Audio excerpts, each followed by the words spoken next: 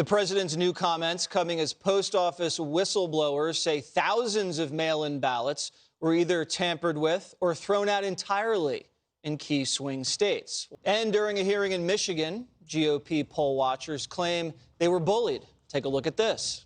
Anytime as a challenger, I tried to look at the ballot, 2 or 3 of the poll workers literally screaming at me to get back 6 feet.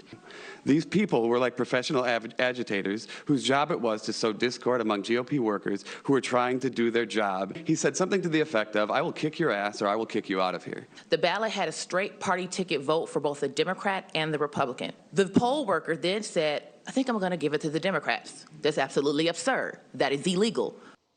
All right, so before we get started, some very sad news to announce. Because of her salty language, Dana Perino has been suspended indefinitely.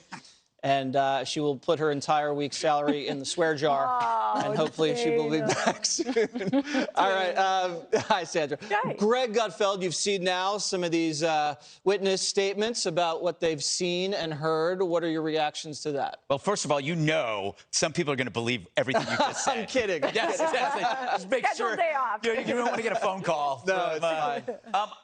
I'm not surprised by this. I watched the eyewitness testimony, and I'm thinking, everybody keeps using the word baseless. Oh, these are baseless accusations, baseless. They go, oh, it's baseful. It's basement full. I mean, think about every violation of civil discourse in civil society that has occurred this year has been defended by the Democratic Party, okay?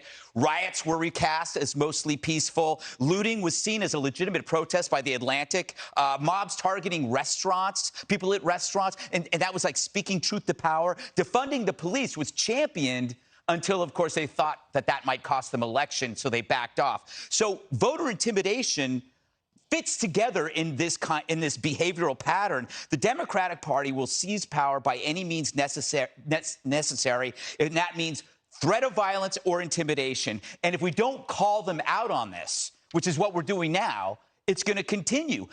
Why were statues torn down? And they knew they could get away with it. Why was private property destroyed? They knew they could get away with it. They created the idea that lawlessness was acceptable in the face of alleged moral evil. That Trump was such a monster and his supporters were so evil that anything, it's not just acceptable.